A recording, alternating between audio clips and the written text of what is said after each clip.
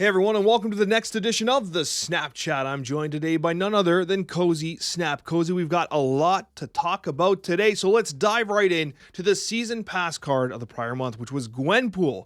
Gwenpool honestly had a lot of potential, and has it lived up to that potential is the question we need to answer here in this segment.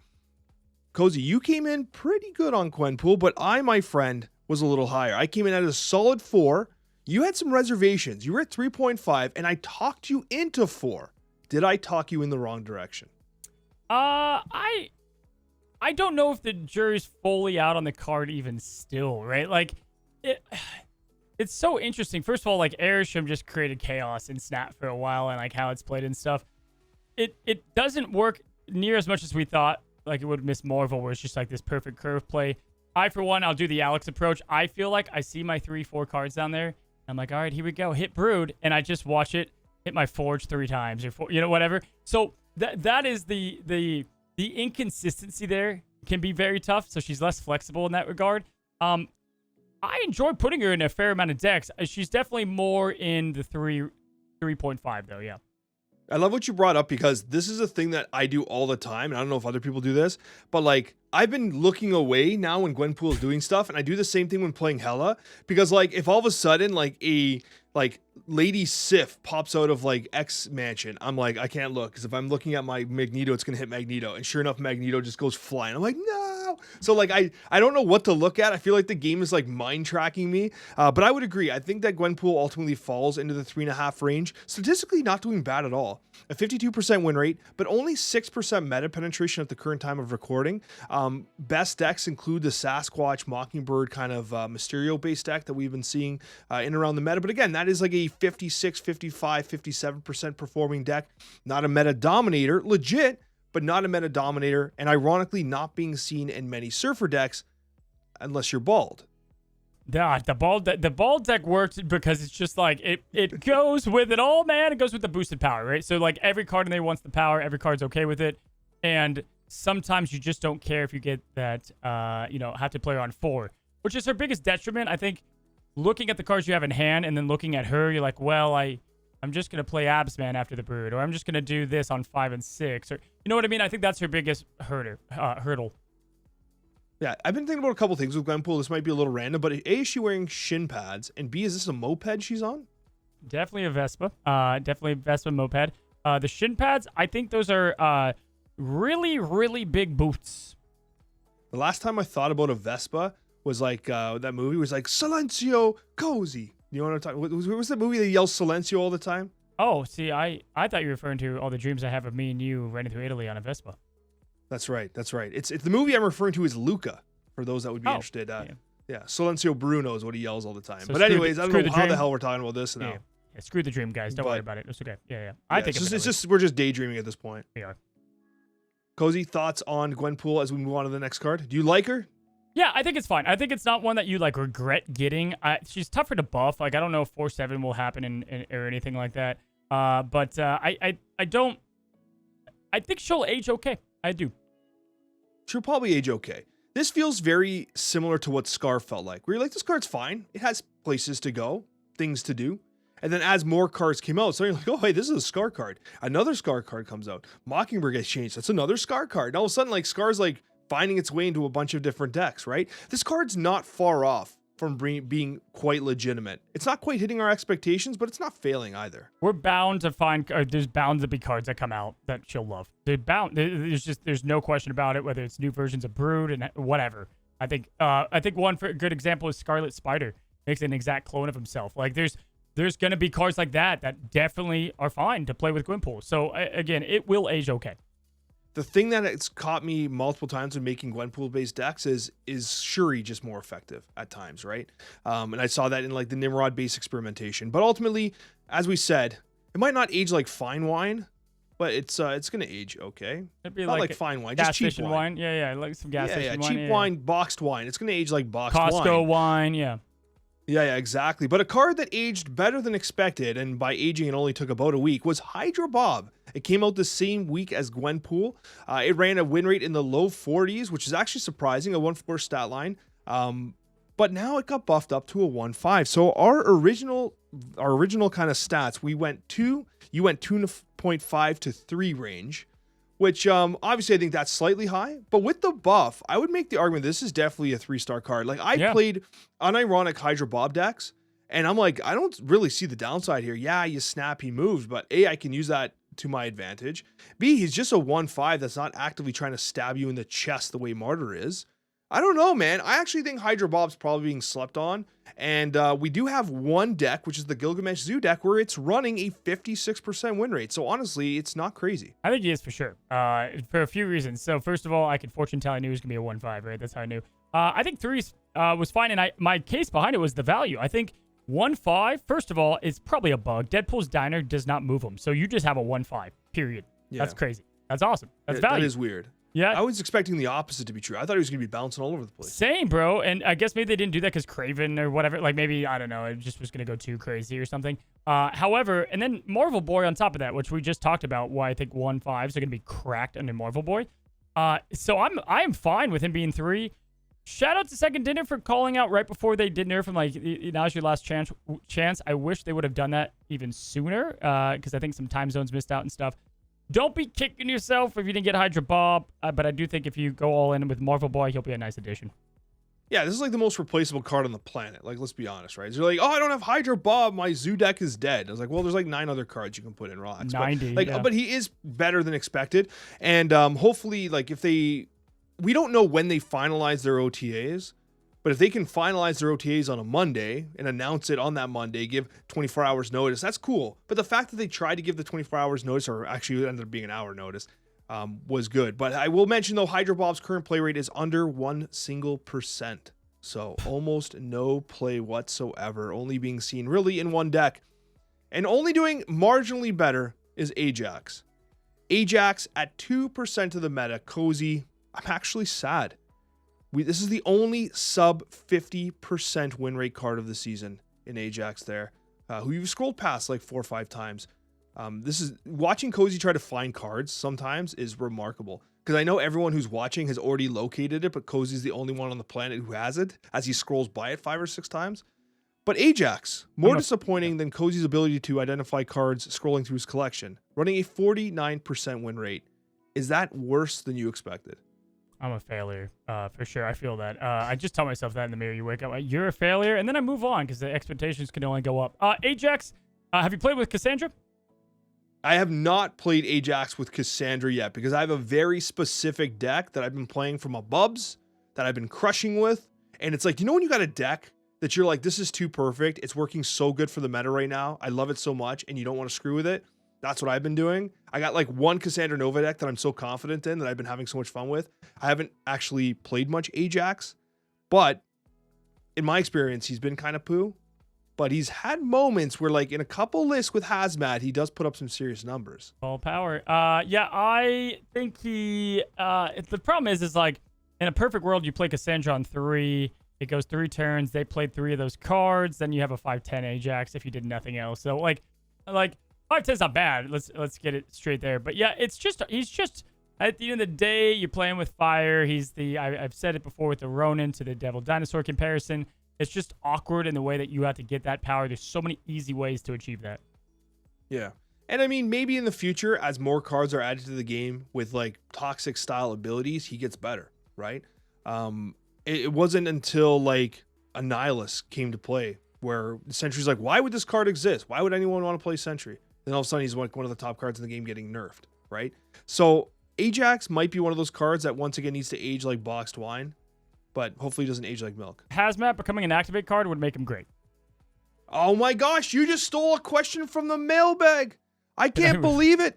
Cozy, we may as well talk about it right now because that was legitimately a Revi's statement. I want Hazmat to be an activate card so she can be played on curve, but you can hold off on the effect. That was one of the top voted statements of the Snapchat, Cozy. Legit mind reader as we move on. I think we mentioned it, right? Like when we were reviewing Ajax, I think I said the problem with it is you can't play Hazmat on curve, right? So I was like, and great, and if not, great idea. But like, yeah, you can't play her on curve, and that's the problem. So now you have these cards that you're just like, well, I'm going to get them. I'm going to get them, but then you can't. So, yes, that's crazy, dude. You don't share the Snapchats with me. Question. So, like, I love that came out of nowhere. Ajax, though, yeah, just, No, it's not Nah. doing it for me. And even the play style, I'm like, I don't even want to play it this way. I tried like some Copium, Typhoid Mary stuff with like Blue Marvel on top of her. I'm like, what the hell am I even doing at this point, man? I'm like, I tried Mystique stuff. I'm like, I'm trying way too hard to make this work. Or I can honestly just play Zoo and just slam Gilgamesh, and he's massive. It's like, it's so much easier. It's just so much easier. I think there is going to be a deck eventually where Ajax is like a core component, but it'll be a deck that's like a 55, 56% win rate, and you don't need it. You're like, I could play this, but I'll just play the Airsham 99% win rate deck that everyone's playing. Yeah, he'll be in the future like a spotlight card, but probably before that happens anyway. Yeah, also he'll be Series 4 before you know it. We both came in at 3.5, which I think is a whiff. He definitely feels like a 2.5 range card. What do you think? Yep, agreed. Yeah, we're not that far off. It's not like you said he was a 5 cost, and we're like, wow, what happened here? But 3.5, we were obviously hesitant, but man, why did they make him originally a 4-5? What synergy did they see? The 4-5 was the hazmat play, probably. 4 Had to have been, eh? Yeah, probably. I wonder if Glenn Jones is sitting on this cracked deck. He's like, idiots. Like, no one figured this out, right? His Spider-Man 2099 deck, yeah. Yeah, of course. And that takes us to Copycat. Now, Copycat and Cassandra Nova here, kind of interesting week because they kind of came out at the same week. One's achievable via DEADPOOL'S Diner. The other one is achievable in what is one of the best spotlight caches we've seen in a while. Only seconded to the Marvel Boy one coming up. Dude, I just want to tell you, honestly, you came in at 5. Yep. I came in at 4, but basically said I wanted to say 5. You weren't letting me pick 5. This is my favorite card I think that's ever been released. I love her. I love Copycat so much. Love her. I don't even care how competitive it is. I don't care. This could be a 4% win rate card. I want this in every one of my decks. It makes Marvel Snap so much more fun for me. I cannot explain to you how much I've enjoyed having this card in my deck. Even if it doesn't, I'm just putting it in because I'm having that much fun. The deck that like I'll be talking about with Cassandra Nova, it has Copycat in it. Honestly, it's probably better if you put Wolfsbane in it. I don't care. I want Copycat. It's super cool that you can have her in any deck and then just say she's the first to replace because she's that. Like, Iron Lad is tough to replace because you're building up the synergy of, like, Blue Marvel, Doctor Doom. She's just in there, and she gives you this, all of a sudden, this new tool to mess with. Where I've gotten Mystiques when I'm playing Rocks and Hawks, which was my most successful deck in Deadpool's Diner. And I'm like, oh, great. I have a 3-5 Mystique. Or I don't have a lot to play here, but I did get Korg's effect. So even, we can both test this. Worst case scenarios, it's the Goblins, it's Typhoid, which aren't popular cards right now anyway. And then, like, there are some 1-drops that are a little awkward to play at a 3-5 value. Like, I got a Kitty Pryde. I was like, bummer. But, like, other than that, awesome. And her upside is through the roof, which is why I gave her 5. I think in the ratings, I gave her a 4 to be conservative in the time that she came out. I think she is absolutely worth getting and a competitive card at that. Yeah, dude, honestly, I love her. And I can see her getting cut from a lot of decks. She kind of feels like the kind of card that can fit anywhere, but also doesn't need to be anywhere either. And that could be detrimental. However, I'm just telling you right now, like, if you play Marvel Snap and you're here to, like, have fun and you're like, you don't want to sweat in the meta and you don't care about, like, what the number one best deck that has to have this exact card. But if you just want to play the game and enjoy yourself and still have a competitive, legit card, Copycat's it, man. I'm hitting good cards. I'm hitting Iron Man. I'm hitting cards that I know is just right. I'm stealing Airsham, Darkhawks and using it on turn 6 with Mystique. It's crazy what I've been able to do with it. Well, and to my point in my review, I was like, information gathering, check. Surprise play, check. Energy cheat, check. Value, check. Like, everything you look for in a card. It reminds me of it's a very, like, easy case scenario to say with here. Kind of like Cassandra, kind of like Magneto, is they're doing multiple things. And that is always going to make for a very, very good card. And the other thing, I want to give a shout out to the devs here because I thought this was really perfect. I thought this was perfect. And I would like to see this for more cards that are built like this. I love that it does not tell you what she took, but they give that sound effect away of when you, it's that kind of dead sound in the game. I don't know how to explain it. When your opponent has derp. Yep. That derp sound. Derp. Yeah. So when your opponent has it in their hand, if you hear that, you know that they have a Copycat. So immediately you can be like, okay, so something in my deck is dead. And then you can at least like look at your deck, what's in there and be like, okay, it could be any of these, right? And I love that because it leaves that suspense too. Really? I thought when I heard that derp sound that was them drawing my copycatted card. Like they drew into what I stole because I shuffled their deck with a Korg or something. Oh, But it's the opposite way. maybe, I don't know, actually. I'll be honest. I thought I heard it on turn 1. And so I think it's a bug and that we don't know what's happening. yeah, if it's not, I think it's a cool case scenario to give you a audio cue, not a visual cue that they have Copycat. Interesting. That's pretty cool. I like that. If it is a bug, turn it into a feature to let them know they stole something. Yeah, I don't know. I think it's, yeah, definitely interesting. Yeah. So okay, listen, so what's your final star rating here? 4.5. I'm gonna go 5 just on fun factor. I'm Do it. going 5. And it's running a 52% win rate, which is like absolutely fine. But like from a fun perspective, it's one of my favorite cards in the game. And also the pand art variant of this, I can't believe you don't have it. It's absolutely just insane. So honestly, the whole Copycat for me, one of my favorite cards in Marvel Snap right now. And that takes us to Cassandra Nova. You went in at 4.5. I came in at 5. It's running a 59% win rate as of recording, and there's a reason for that. It's not because it's that cracked. It's just that cracked right now. Because if you have Cassandra Nova I think it's and you're playing against some Airsham gamer, they're not accounting for you having Cassandra Nova yet. Because people are still trekking through Deadpool's Diner. And then you're like, boom, 30-something power, 20 power, whatever it happens to be, man. This card is awesome. It is so good. Airsham or not, I think she's a 5-star card, one of the best cards in the game. Because, period, 3-7, great. On curve, you have 3-7. Awesome stuff, good to go. But you also sucked all that from your opponent's deck, so you're disrupting at the same time. That's great into Surfer. There's so many utility ways around that. I think, don't get me wrong here, I do think she's virtually nerf-proof for a while, because I think it's a disaster move to take a free card and nerf it. And so it keeps Airsham in check for all the people complaining for weeks on end about Airsham. It's like almost, I said it in my video that it's almost as bad as Luke Cage to Toxic decks. It is a almost insta-win condition with, and what's crazy is if you play her and Absorbing Man, they're both under Shang-Chi range still, under not playing Airsham decks, which is also awesome. So like there are just so many ways in decks to utilize her in. Yeah, she works in the stuff that we thought she would work best in, the Darkhawk builds and stuff, but she's super versatile at that. Against Airsham, I'm not often playing her on 3. I'm playing her on 6 because she's so huge and they can't account for it. Like they can't do anything about it, right? Yeah. And the only thing is, like, if I have initiative and they blob after, it doesn't matter. It just doesn't matter, right? Because I stole the power already. One thing I will say is I want to throw out the deck that I was running called Nova Hawk, and this has been a shell that I've been working with quite a bit. Kitty Pryde, Korg, Athena, Ravonna, Rank Slayer. And then we have Angela, Mystique, Sage, Cassandra Nova, Rockslide, Copycat, Iron Man, and Darkhawk. So that like Ravonna-based synergistic package with the Mystique Iron Man, you got the Darkhawk. But I also did play the Korg and Rockslide because what I found, and this is key, and this is how important Cassandra Nova is to the meta. So this is going to transition us to our Deadpool Diners conversation as well. But in my experience playing Deadpool's Diner, the start and the middle of Deadpool's Diner is all Airsham decks. I'm just playing Airsham people nonstop. As soon as I unlocked Cassandra Nova and started playing with Cassandra Nova, everyone in the higher echelons of Deadpool's Diner is not playing Airsham anymore because they know the people they're against have already unlocked Cassandra Nova with their bubs. It completely changed the meta at the top of the Deadpool's Diner because of the fact that Cassandra completely destroys Airsham.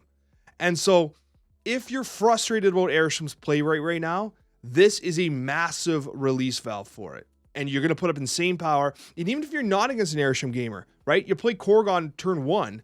That's another +1 for Cassandra on turn 3. Like, honestly, it's so good. It's a later time to players. So you always want to play, like, there are some very competitive cards to play on 3. Fastos, for instance, is like, ooh, this is a really good card to play on curve. Cassandra's always pretty much better to play on curve. But what's great about the Korg and the Rock Slide is that it buys you more time. Like, you could play Rock Slide on 3, and you literally are going to get that +1 on your Cassandra to play on turn 6, like you've said.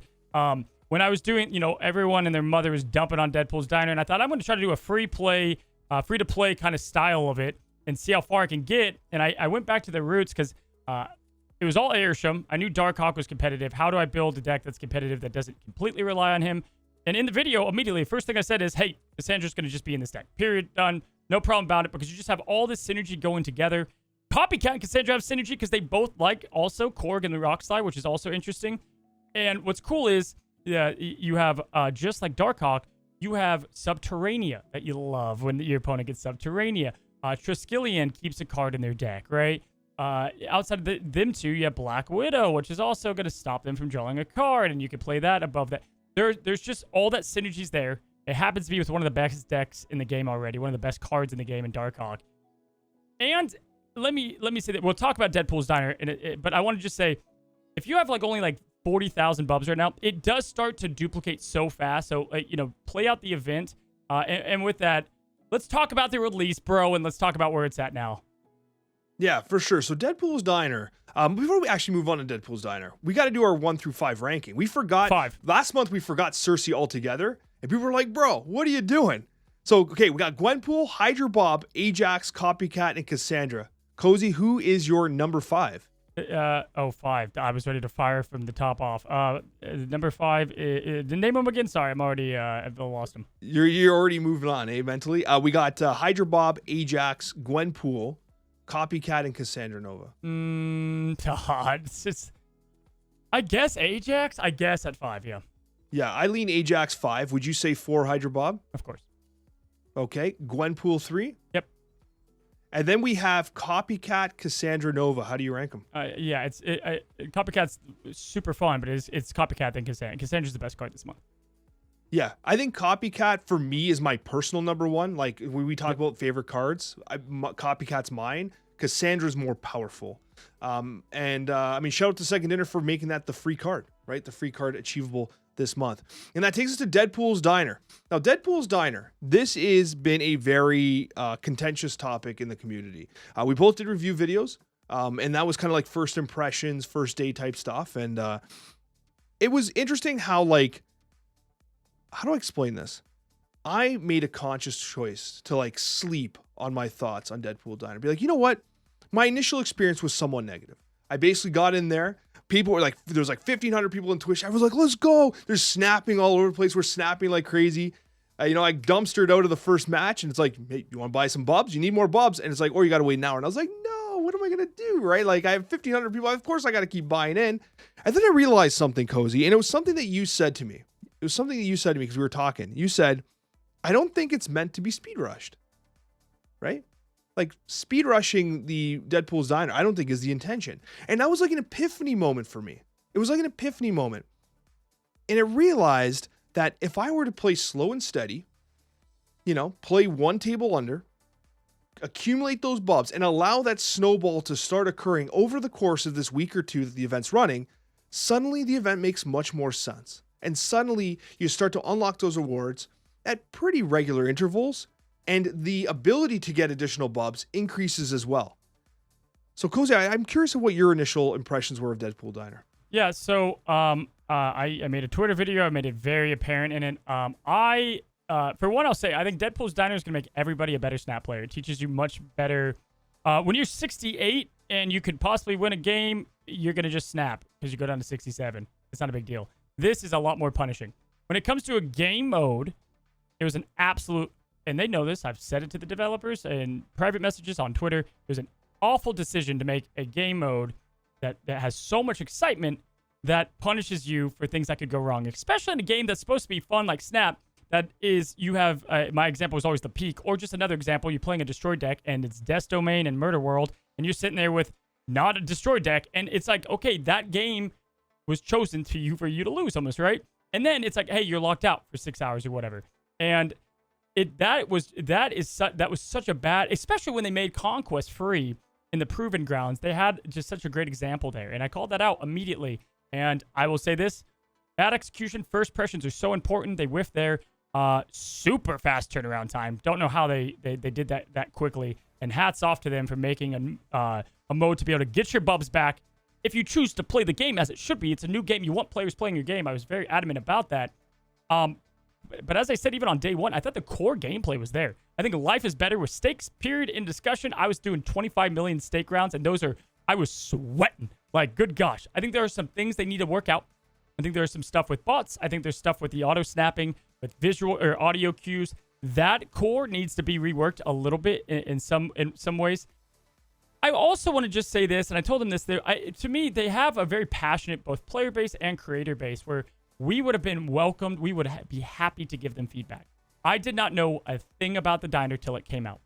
I could have probably pointed out, as you could have, as the player base could have, the flaws right away.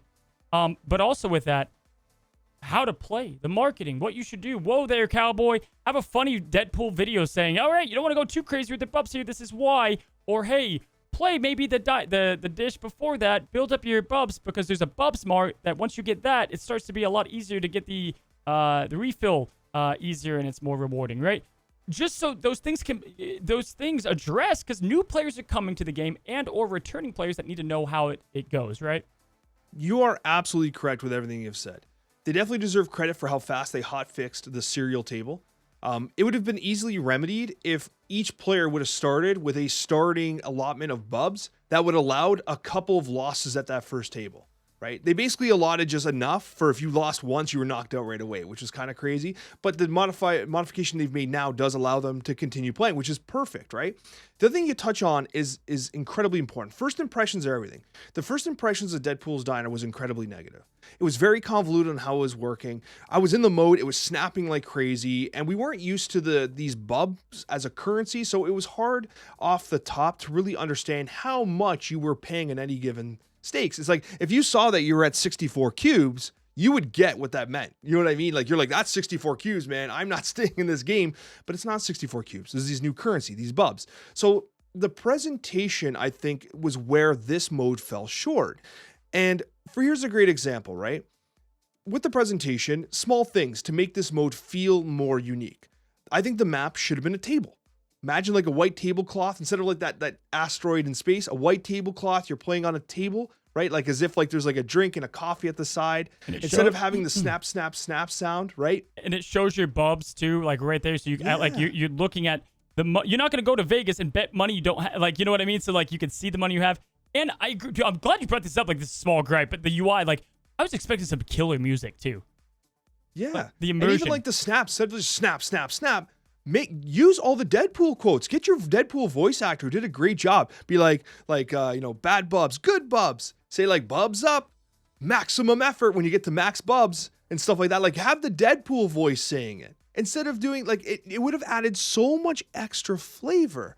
And instead of just having a JPEG over the cubes, which is what we have. Yep. No, exactly. And a year and a half in the making, totally agree. And I think it's like they did that IGN thing, which was a disaster, but they did the IGN thing. And like that could have been a really good point to like you're 2-3 weeks away at that point. Like that would have been a great point to showcase some of that. Right. And I think I think I would have loved to see more effort put into that for sure. The good thing is it's limited time, which means they literally will be polling it and then having the chance to rework it. I think this is an awesome limited time game mode in the sense of you play rank, you get up to infinite, and then for 2 weeks, you're going to be able to play a new mode to get really good rewards. Let's just say what it is. The rewards are there. Period. In discussion, you can't really combat that. The rewards are there. Buying them is another issue that I have, but the rewards are there. I want them to come back, take a season off if you need to. Come back, triple down on it, and fix the small things to make it really, really great. Because I do think the bones are there and they're close. They're close. I will say this, Alex. I absolutely hate that you can buy your way to the top, though. Yeah. Oh, you absolutely can. And that's a key thing, part of the presentation as well. Like the monetary hooks and the way they're popping up. Those were things that need to be refined. There's a lot of people, myself included, that did not even realize there was a regenerative system for the first like 20 minutes. I was like, wait, we're regenerating possibly? Like it's interesting to think that like on first impressions, it feels as though like it should have said like, hey, you're out of bubs. Don't worry though. You can play again soon. Check out this timer. Or if you really want, you can buy some. But it's like, no, bam, give me your gold, 1,400. I'm like, what? Jumping into the action is fine. And I get it. You need to do that for some people. If they would have done a full, say what you will, you maybe disagree. But if you click on Deadpool's Diner and we are put immediately into, picture the tutorial that you play when you get into the game, right? You put this Deadpool right there, right the cowboy. Like you said, pay the guy 1,000, whatever. Hey there, cowboy, whatever. This is how you're going to be playing Deadpool's Diner. It's going to be snapping on turn 4, 5, and 6. Like, it literally tells you your bubs will regenerate. This is how much you gamble. Whatever. I just, that can't be that much effort to have done. And we could have given that feedback. And so, hats off. It'll be great in the future. They did good. The release was a disaster in a lot of fronts. It is free to play over the course of 2 weeks. No question about it. Could you imagine how much better it would have been if like you bust out and Deadpool comes out, hey, you busted out, but don't worry, first one's on me. Next time you'll have to wait 60 minutes, you'll get more bubs. Have fun, bud. And it's like, okay, like right there. And I think exactly. I think Ben Brode had a GDC about losing and how he wanted to take away that from Snap and adding the retreating factor. And I was so important. And losing on high tables, it does teach you how to be better. And like, there's a large amount of Snap players that, probably shouldn't play poker, right? But that's on purpose. People haven't done that before, right? This was the inverse, the antithesis of that whole message. It was doubling down on the losing. And it was crazy. And I'm glad they fixed that at least. And one last thing I want to get to as we move on to our Snapchat mailbag is hopefully that the lessons learned on this initial launch are applied to future iterations of Deadpool's Diner, whatever they're called. But most importantly, learn these lessons for the draft mode. Do not ship draft mode the way you shipped Deadpool's Diner. Draft mode needs to be much more the presentation-wise, it needs to be much more clear. It needs to not have these aggressive monetary hooks. Learn the lessons, apply it to your future game releases. As we move to our Snapchat mailbag here, we have a couple questions we're going to get to as we near the end of our Snapchat today.